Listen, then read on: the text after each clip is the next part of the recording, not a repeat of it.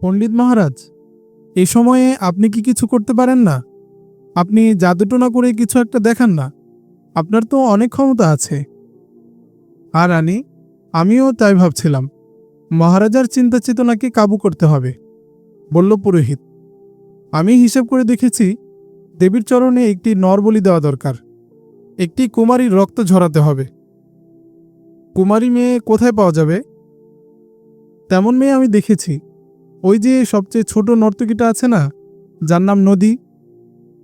আপনি তাই করুন। আপনি যখন চাইবেন তখনই ওকে বলি দিতে পারেন। ও সুন্দরী ও তরুণী। হ্যাঁ, এমন মেয়েকেই নরবলি দেওয়া উচিত, বললেন রানী।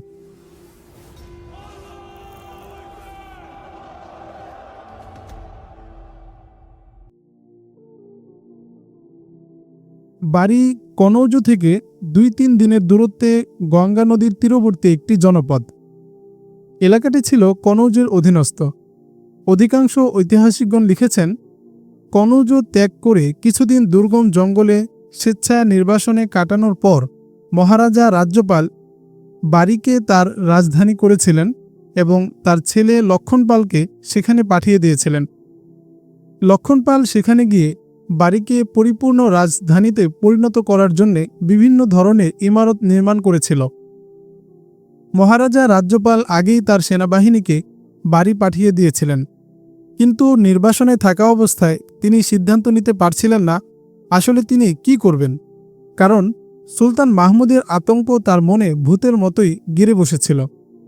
ঐতিহাসিক আল জৌজি তো একথাও লিখেছেন, পর্দার অন্তরালে মহারাজা রাজ্যপাল ইসলাম গ্রহণের প্রতিও আগ্রহী হয়ে উঠেছিলেন। স্বেচ্ছা নির্বাসনে মহারাজার প্রায় মাস ২ কেটে গেছে। এ সময় এক রাতের ঘটনা। হঠাৎ করে আকাশে গর্জন শোনা গেল। সেই সাথে চতুর্দিক অন্ধকার হয়ে এলো। শুরু হলো তীব্র বাতাস।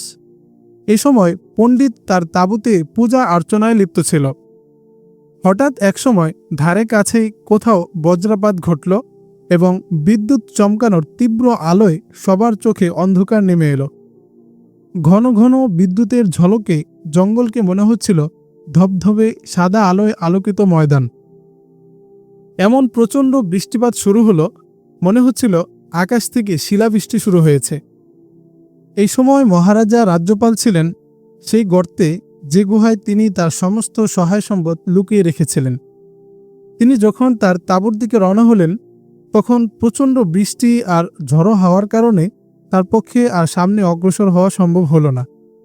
এমন ঝড়ো বৃষ্টি শুরু হলো যেন আসমান ফেটে পড়েছে। তীব্র বৃষ্টির মধ্যে ঘন ঘন বিদ্যুতের ঝলকানি আর বজ্রপাতে সবারই অন্তরাত্মা কেঁপে উঠছিল। গুহার ভিতরে একটি মশাল জ্বলছিল, আর গুহার বাইরে তার বেঁধে রাখা ঘোড়াগুলো ভয় আতঙ্কে হিংসারোপ শুরু করছিল। ঠিক এ সময় পুরোহিত গুহায় ঢুকে ভিতরে চলে গেল। পুরোহিত রাজাকে বলল, আমি বৃষ্টি শুরু হতেই আপনার তাঁবুতে গিয়েছিলাম। এখানে আপনাকে না পেয়ে এখানে এসেছি। আপনার জন্য সবসময়ই আমার মন উদ্বিগ্ন থাকে। দেখতে দেখতে বৃষ্টির জোর আরও তীব্রতর হলো। এমন অবস্থা ঘণ্টাখানেক চলার পর গুহার বাইরের লোকজনের মধ্যে চিৎকার চেঁচামেচি শুরু হলো। বেঁধে রাখা ঘোড়া ও গাধাগুলো আতঙ্কে তীব্র হিংসারোপ শুরু করে দিল। গুহার বাইরে লোকজনের মধ্যে শুরু হলো দৌড়ঝাঁপ। ঝড়ের সনসন আওয়াজ আর বৃষ্টির ঝমঝম শব্দ আর মানুষের আত্মচিৎকার মিলে তৈরি হলো ভয়ানক এক অবস্থা।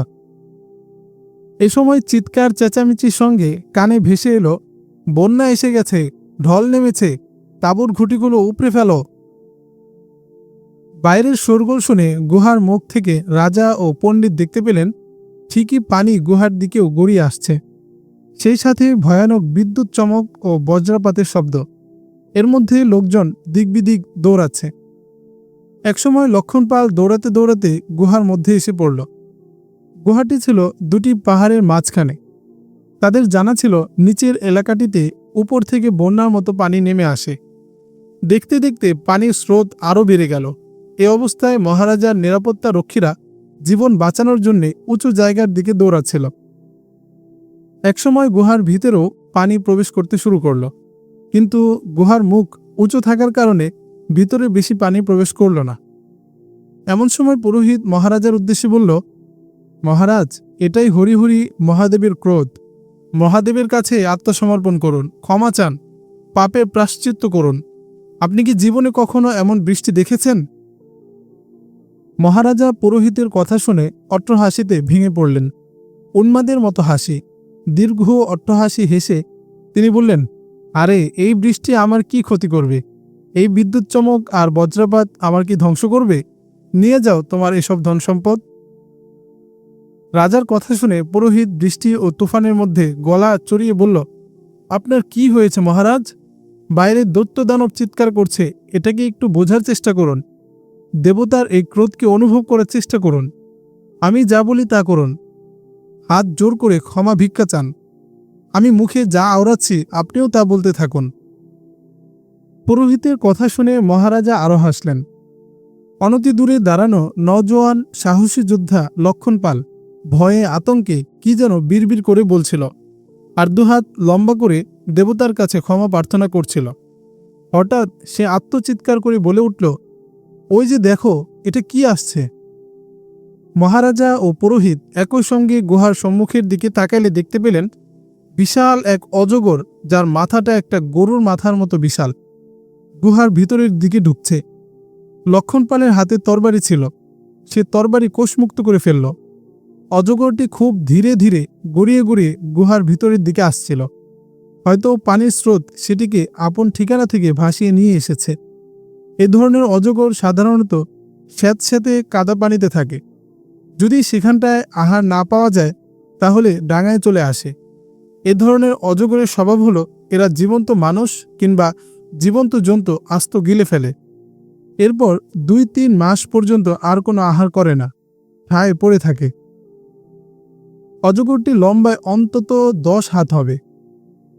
লক্ষণপাল যখন সেটিকে মারার জন্য তরবারি কোষমুক্ত করে প্রস্তুতি নিল, তখন পুরোহিত তাকে আঘাত করার নির্দেশ দিল। মহারাজা রাজ্যপাল সাপ দেখে নিজ অবস্থান থেকে কয়েক কদম পিছনে সরে এলেন। পুরোহিত কাল বিলম্ব না করে মশালটিকে হাতে নিয়ে অজগরটির সামনে তুলে ধরল। অজগরটি তখনও পুরোপুরি গুহায় প্রবেশ করেনি। পুরোহিত জানত এ ধরনের অজগর বিষাক্ত নয়, এরা ছোবল মারে না, ক্ষুধা পেলেই কেবল আহার করতে কোনো জীবজন্তুকে গিলে ফেলতে চেষ্টা করে। মহারাজা তখন পুরোহিতকে বললেন, পণ্ডিতজি মহারাজ, আপনি তো সাপ ধরতে এবং নিজের নিয়ন্ত্রণে রাখতে পারদর্শী, এটিকেও কি আপনি কাবু করতে পারবেন? পুরোহিত তার দৃষ্টি নিবদ্ধ রেখেছিল অজগরের দিকে। পুরোহিত অজগর ও নিজের মধ্যে মশাল দিয়ে একটি আড়াল সৃষ্টি করেছিল। এ অবস্থাতেই পুরোহিত মহারাজার দিকে না তাকিয়ে বলল, মহারাজ, এটি যদি পৃথিবীর অজগর হয়ে থাকে তবে আমি অবশ্যই এটিকে নিয়ন্ত্রণে নিয়ে আসতে পারব। কিন্তু মহারাজ, এটি সাধারণ কোনো অজগর সাপ নয়, এটি দেবতা। এরপর পণ্ডিত একটি মন্ত্র বলে মহারাজাকে এটি আওড়াতে বলল। সেই সাথে বলল, মহারাজ, হরিকৃষ্ণ আপনার দ্বারা বড় ধরনের কোনো কাজ নিতে চান। কিছুটা ভীতবিহ্বল অবস্থায় মহারাজা ও লক্ষণপাল পুরোহিতের মন্ত্র আওড়াতে থাকল।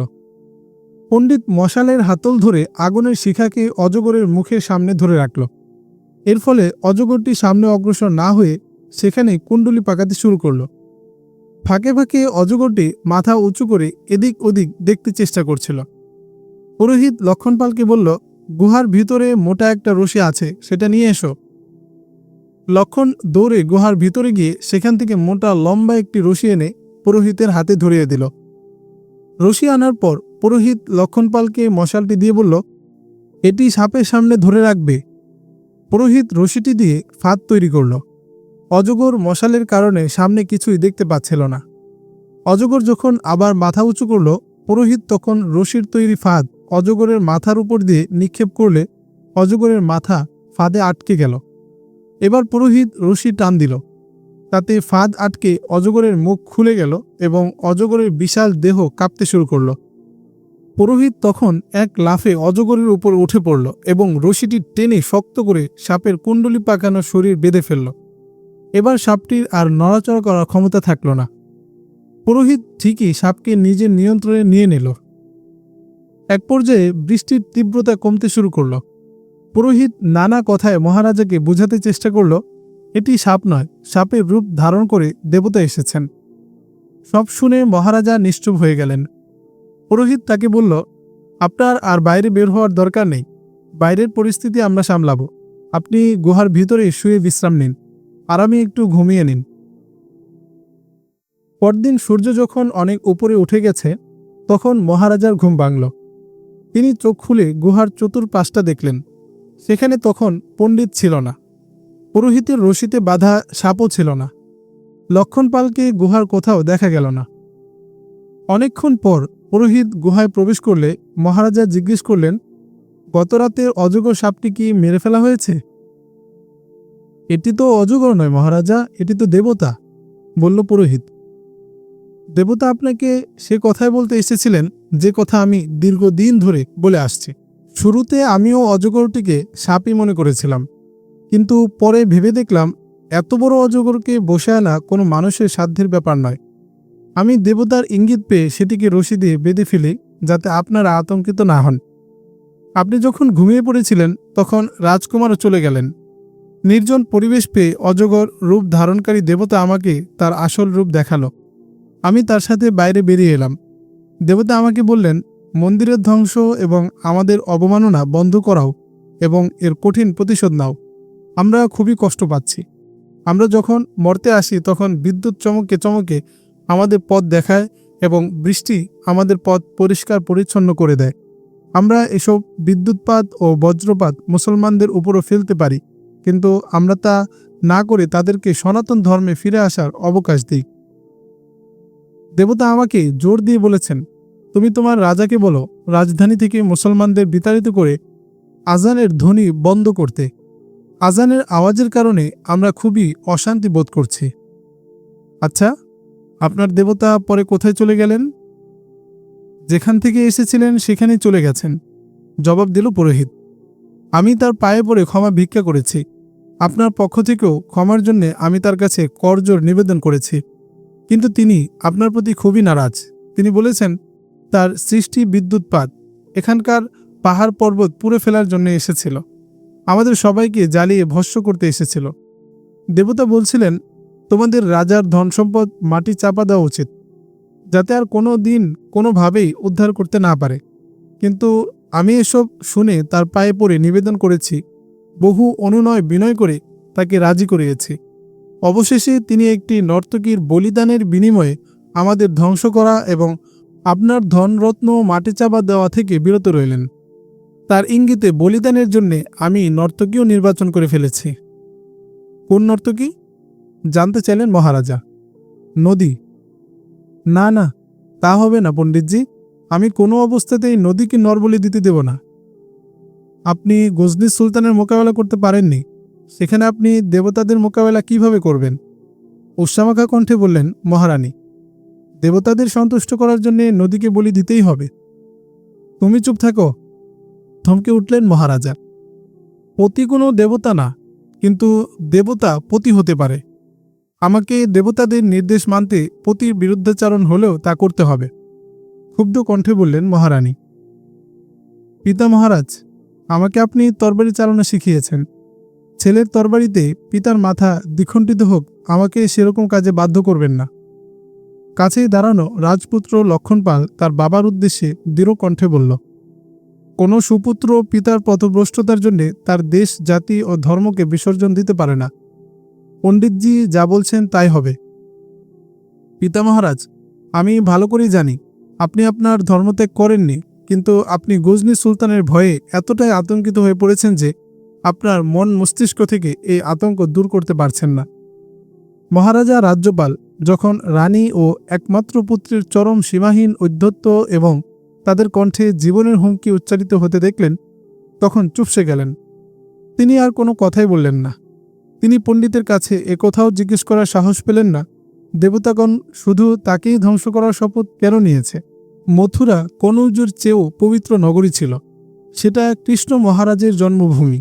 ধানেশ্বরের মন্দির ও হিন্দুদের কাছে এটি পবিত্র জায়গা ছিল। সেখানে এখন শাখা ঘণ্টার ধ্বনির বদলে আজানের ধ্বনি গুঞ্জরিত হচ্ছে, কিন্তু দেবতারা তো সেখানকার কোনো রাজাকে অজগর সেজে এসে ভয় দেখাননি। মহারাজা প্রত্যক্ষ করলেন তার রানী ও রাজকুমারের উপর দেবতাদের ক্রোধের আতঙ্ক গেড়ে বসেছে। তখন আর কোনো কথা না বলে তিনি যে গুহার ভিতরে তার ধনরত্ন রেখেছিলেন সেখানে চলে গেলেন। এই তো হলো হিন্দুদের ধর্ম। কনৌজের প্রধান মন্দিরের সামনে বিজয়ী কণ্ঠে উচ্চারিত হচ্ছিল এই ধ্বনি। এই আওয়াজ ছিল সেই প্রধান খতিবের, যিনি সুলতান মাহমুদের সাথে গজনি থেকে এসেছিলেন। গজনি সৈন্যদের সাথে সব সময় কিছু সংখ্যক ইমাম ও ধর্মীয় পণ্ডিত ব্যক্তি থাকতেন। তারা সৈন্যদের নামাজের ইমামতি করতেন এবং সৈন্যদের ধর্মীয় বিধিবিধান সম্পর্কে অবহিত করতেন। গজনির খতিব কনৌজের প্রধান মন্দিরের বেদিতে দাঁড়িয়েছিলেন। তার চারপাশে ছড়িয়ে ছিটিয়ে পড়েছিল ভাঙা মূর্তির টুকরো, আর তার সামনে ছিল গজনির বিজয়ী সৈন্যদের একটা অংশ। তার পেছনে কনৌজের বন্দী সৈন্যরা দাঁড়িয়েছিল। খতিব জলদগম্ভীর কণ্ঠে আবার উচ্চারণ করলেন, বন্ধুগণ, দেখে নাও, এই হলো হিন্দুদের ধর্ম, এই হলো হিন্দুদের ধর্ম। ওদের পূজনীয় মাটি, পাথরের দেবদেবী ভাঙার টুকরো এখন তোমাদের পায়ের নিচে। আল্লাহ এক, তার কোনো শরিক নেই। তোমরা কোনো রাজ্য জয় করার জন্যে কিংবা লুটপাট মারামারি করার জন্যে এখানে আসনি। তোমরা এখানে এসেছো এই বাতিল ধর্মের শিরকসহ উপড়ে ফেলতে। হয়তো তোমাদের মনে প্রশ্ন জাগতে পারে, এজন্য আমরা হিন্দুস্তানকে কেন বাছাই করেছি? এর জবাব হলো, আরব দেশের এক ক্ষণজন্মা বীর মুজাহিদ মোহাম্মদ বিন কাসেম নির্যাতিতা একজন মুসলমান তরুণীর আহ্বানে ভারতে এসেছিলেন। তিনি নির্যাতিতা তরুণীকে উদ্ধার করতে এসে এখানকার এক জালেম অত্যাচারী রাজাকে পরাজিত করেছিলেন। কিন্তু তিনি এখানকার অধিবাসীদের জন্য ত্রাস ও আতঙ্ক হয়ে বিরাজ করেননি। তিনি ও তার সঙ্গীরা এদেশের মানুষের কাছে এ সত্য প্রমাণ করেছিলেন, মুসলমানদের তরবারি পাহাড়ের চূড়া কেটে ফেলতে পারে, কিন্তু তাদের আচার ব্যবহার পাথরকেও মোমের মতো গলিয়ে দিতে পারে। মোহাম্মদ বিন কাসেম এখানকার পাথরসম কঠিন মনের অধিকারী পত্তলিকদের হৃদয়ে গলিয়ে তাদের অন্তর জয় করেছিলেন। মোহাম্মদ বিন কাসেম এখানকার পাথর দিল মানুষগুলোকে মোমে পরিণত করেন। ফলে এখানকার মূর্তিগুলো নিজ থেকেই ধ্বংস হতে শুরু করে।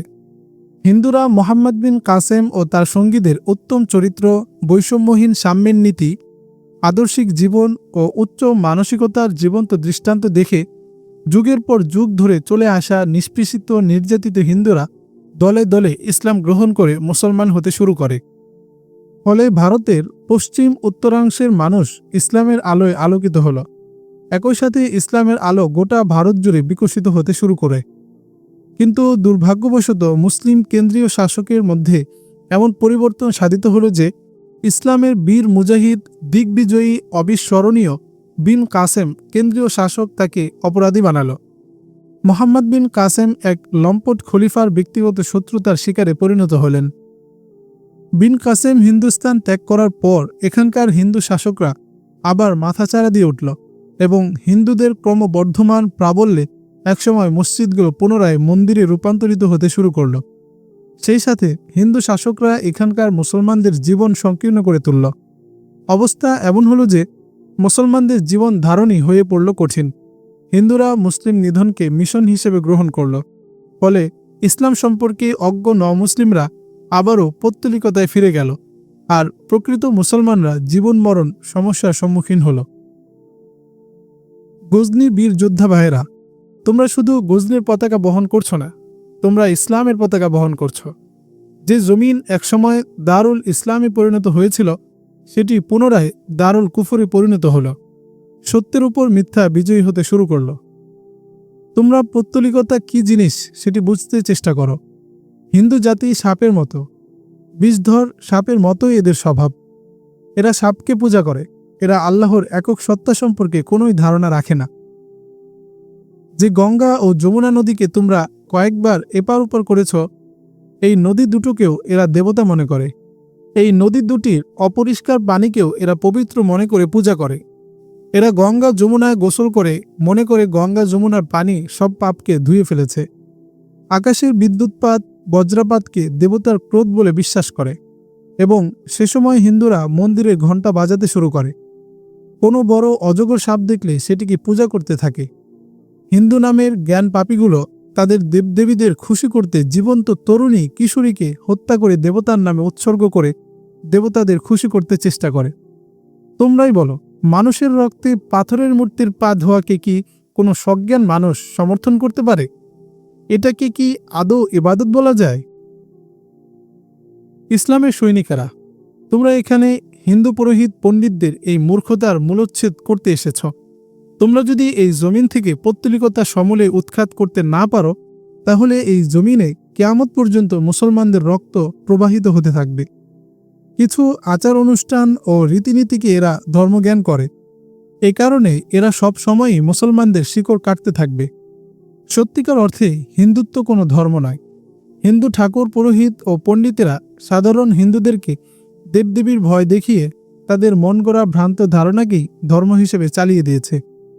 যুগ যুগ ধরে এখানকার মানুষ অন্ধের মতো মনি ঋষি, ঠাকুর পণ্ডিত ও পুরোহিতদের বানানোর রীতি রুসুমকেই ধর্ম বলে বিশ্বাস করছে। এদের ধর্ম যদি সত্য হয়ে থাকে, তবে এদের যেসব দেবদেবীকে তোমরা গুড়িয়ে দিয়েছ, যাদের ভগ্নাবশেষ তোমাদের পায়ের নিচে পড়ে আছে, এদেরকে বলো না তাদের উৎখাতের প্রতিশোধ নিতে। সেই ঝড় তুফানের রাতে বিদ্যুৎপাত ও বজ্রাঘাত হয়েছে, তোমরা তখন নির্বিঘ্নে ঘুমিয়েছ, আর ওরা সেটিকে দেবতার ক্রোধ ভেবে রাতভর পেরেশান হয়ে পূজা অর্চনা করেছে। বলো, রাতের তুফান কি তোমাদেরকে সামান্যতম আতঙ্কিত করেছে? ঝড় বৃষ্টিকে কি মুসলমানরা ভয় করতে পারে? কিন্তু সেই রাতে তোমরা যদি হিন্দুদের অবস্থা দেখতে, তাহলে তোমাদের হাসি পেত। ওরা সারা রাত রাম রাম হরে কৃষ্ণ জপতে জপতে নির্ঘুম কাটিয়েছে। বন্ধুগণ, সত্য, সততা এবং ঈমান ও ইহসান তোমাদের শক্তি। ঈমানের শক্তির সামনে কোনো মিথ্যার দুর্গ দাঁড়িয়ে থাকতে পারে না। তোমাদের যে রক্ত এই জমিনে পড়েছে তা ফুলের মতোই খুশবু ছড়াবে এবং এই জমিন আল্লাহর নূরে আলোকিত হবে। মুসলমানদের কনৌজ বিজয়ের ডাঙ্কা ১৫০ মাইল দূরের কালাঞ্জর ও একই দূরত্বের গোয়ালিয়র পর্যন্ত পৌঁছে। কনৌজ থেকে কিছু হিন্দু সেনা কালাঞ্জর পৌঁছে এ খবর অগ্নিয়গিরির মতো ছড়িয়ে দিল যে মুসলমানরা কনৌজ দখল করেছে এবং সেখানকার মহারাজাকে খুঁজে পাওয়া যাচ্ছে না। কালাঞ্জরের রাজা গুন্ডা কয়েক পক্ষপাল থেকে শুধু শুনে আসছিলেন অমুক রাজ্য মুসলমানরা দখল করে নিয়েছে, অমুক রাজ্য মুসলমানদের হাতে নিহত হয়েছে, অমুক রাজা রাজধানী ছেড়ে পালিয়ে গেছে। গুন্ডা আরও শুনতে পাচ্ছিলেন অমুক রাজ্যের রাজা হাতিয়ার ফেলে দিয়ে সুলতান মাহমুদের কাছে আত্মসমর্পণ করেছে, অমুক রাজা সুলতান মাহমুদের সাথে মৈত্রী চুক্তি করেছে। রাজা গুন্ডা এভাবে সুলতান মাহমুদের অগ্রাভিযানের প্রতি দৃষ্টি রাখছিলেন। এখন তো সুলতান মাহমুদ বলতে গেলে তার দরগোড়ায় এসে উপস্থিত, কারণ সেই অমিত তেজি গজনির যোদ্ধাদের কাছে ১৫০ মাইলের দূরত্ব তেমন দূরত্বই ছিল না। রাজা গুন্ডা এ খবর পাওয়ার পরপরই গোয়ালিয়র যাওয়ার সিদ্ধান্ত নিলেন। রাজা গুন্ডা যখন গোয়ালিয়র পৌঁছলেন, তখন তিনি জানতে পারলেন তার আসার আগেই কনৌজ পতনের খবর গোয়ালিয়র পৌঁছে গেছে। গোয়ালিয়রের রাজা অর্জুন এ ব্যাপারে অবগত। রাজা গুন্ডা কনৌজ পতনের সংবাদে চিন্তিত হওয়ার পাশাপাশি ক্ষুব্ধও ছিলেন। তিনি কনৌজের মহারাজা রাজ্যপালের মোকাবেলা না করে পালিয়ে যাওয়াটাকে কিছুতে বিশ্বাস করতে পারছিলেন না। অথচ সংবাদবাহীরা তাই বলছিল। লোকজন বলছিল রাজধানীতে মাত্র কিছু সংখ্যক সৈন্য অবস্থান করছিল। মুসলিম সৈন্যরা অনায়াসে কোনো প্রতিরোধের মুখোমুখি না হয়েই শহরে প্রবেশ করে। রাজাকে কোথাও খুঁজে পাওয়া যাচ্ছিল না। গজনি বাহিনী শহরে প্রবেশ করে ধ্বংসযজ্ঞ শুরু করে। কালাঞ্জরের রাজা গুন্ডা আর গোয়ালিয়রের রাজা অর্জুন দুজনে মিলে একটি যৌথ পরিকল্পনা করল যে গোয়েন্দাদের মাধ্যমে সুলতান মাহমুদের প্রতি নজর রাখা হবে এবং গজনি সুলতানের গতিবিধি পর্যবেক্ষণ করা হবে, তিনি কনৌজে অবস্থান করেন না ফিরে যান। সুলতান মাহমুদ যদি কনৌজ অবস্থান করে, তাহলে তার উপর সেখানে আক্রমণ করা হবে এবং এই আক্রমণে লাহোরের রাজা ভীমপালের সৈন্যদের অন্তর্ভুক্ত করা হবে। কালাঞ্জরের মহারাজা তখনও গোয়ালিয়রে অবস্থান করছিলেন। এমন সময় কনৌজ রাজদরবারের এক ঊর্ধ্বতন অফিসার সেখানে পৌঁছল। এই কর্মকর্তা কালাঞ্জর হয়ে গোয়ালিয়র পৌঁছে। কালাঞ্জর গিয়ে এই কর্মকর্তা শুনতে পায় কালাঞ্জরের রাজা গুন্ডা গোয়ালিয়র চলে গেছেন। কর্মকর্তা সঙ্গে সঙ্গে গোয়ালিয়র রওনা হয়ে যান। গোয়ালিয়র পৌঁছে কনৌজের সেই কর্মকর্তা রাজা গুন্ডা ও রাজা অর্জুনকে জানায় কনৌজের মহারাজা কনৌজ অবরোধের আগে নিরুদ্দেশ হয়ে গিয়েছিলেন। গজনির সুলতান মাহমুদ কনৌজ পৌঁছে যখন খাজানজিখানা খুললেন, তখন সেখানে কিছুই পাওয়া গেল না। রাজমহলের রানীদের অলঙ্কারগুলো ছিল নিরুদ্দেশ, সেই সাথে রাজমহলে ছিল লোকশূন্য। দুর্গের সৈন্যও ছিল হাতে গোনা। এর অর্থ হলো মহারাজা রাজ্যপাল শত্রুকে দেখার আগে নিরুদ্দেশ হয়ে গিয়েছিলেন, বললেন কালাঞ্জরের রাজা গুন্ডা। সেই সাথে তিনি সেনাবাহিনীর একটি অংশ সাথে নিয়ে গেছেন। হিন্দু জাতি কি তার এই অপরাধ ক্ষমা করতে পারবে, বললেন গোয়ালিয়রের রাজা অর্জুন। এটা কি জানা সম্ভব হয়নি তিনি কোথায় গিয়েছেন? ক্ষুব্ধ কণ্ঠে সেই কর্মকর্তার কাছে জানতে চাইলেন অর্জুন। না, তা জানা সম্ভব হয়নি, জবাব দিল কর্মকর্তা। আর দ্বিতীয় খবর হচ্ছে সুলতান মাহমুদ গজনি ফিরে গেছেন। তার সেনাবাহিনী কোথায়, জানতে চাইলেন অর্জুন। কিছু সংখ্যক এখানে রয়েছে আর কিছু সংখ্যক তিনি সাথে নিয়ে গেছেন। এমন তো নয় যে মহারাজা রাজ্যপাল গোপনে সুলতান মাহমুদের সাথে কোনো প্রকার চুক্তি করে বসেছেন? উৎসামাখা কণ্ঠে জিজ্ঞেস করলেন রাজা অর্জুন। আর এই চুক্তিমতে তার সাথে নেয়া সৈন্যদেরকে তিনি প্রয়োজনীয় সময় মাহমুদের সাহায্যের জন্য দিয়ে দিবেন। যেহেতু আমরা এর কিছুই এখনো জানি না, তাই আমাদেরকে ভেবেচিন্তে পদক্ষেপ নিতে হবে, বললেন রাজা গুন্ডা। রাজা রাজ্যপালকে আমরা গোটা হিন্দুস্তানের একজন অভিভাবক মনে করতাম, কিন্তু লোকটি ধারণাতীত কাপুরুষতার পরিচয় দিল। মথুরা, মহাবন, বুলন্দশহর আর মুনাজের সৈন্যবাহিনী প্রায় ধ্বংস হয়ে গেছে। শুধু লাহোরের রাজা ভীমপালের দিকে এখনও একটু তাকানো যায়, কিন্তু তিনিও তো আবার গজনি মাহমুদের সাথে চুক্তি করে বসে আছেন, তাই তিনি সরাসরি আমাদের সঙ্গ দেবেন না। তবুও আমরা এখানে বসে তো তামাশা দেখতে পারি না, বললেন রাজা অর্জুন। দেশ ও ধর্মের জন্য আমাদেরকে প্রয়োজনে সব কিছু ত্যাগ করতে হবে। মুসলমানদেরকে এত সহজে আমরা হিন্দুস্তান শাসন করতে দেব না। মুসলমানদের শাসন মানেই হলো শুধু রাজ্য শাসনই নয়, আমাদের ধর্মকর্ম সবই হারাতে হবে।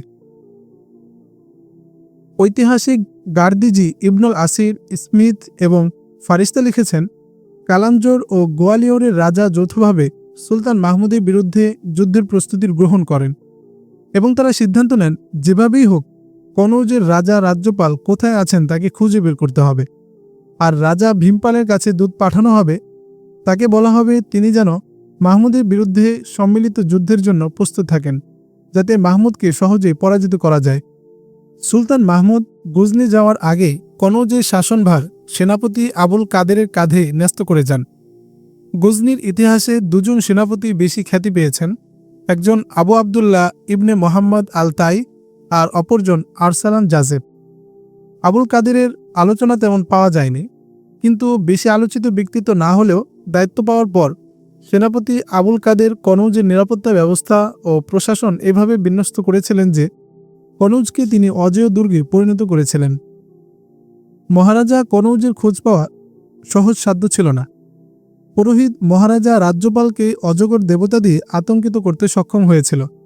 তাছাড়া রানী ও রাজকুমারের চরম ঔদ্ধত্য, তার সবচেয়ে প্রিয় নর্তকী নদীর বলিদান তাকে চরমভাবে হতাশ করে ফেলেছিল। তিনি এরপর থেকে খুবই কম কথাবার্তা বলতেন। একদিন রাজকুমার গুহাভ্যন্তরে মহারাজার শয়নকক্ষে গিয়ে মহারাজাকে বলল,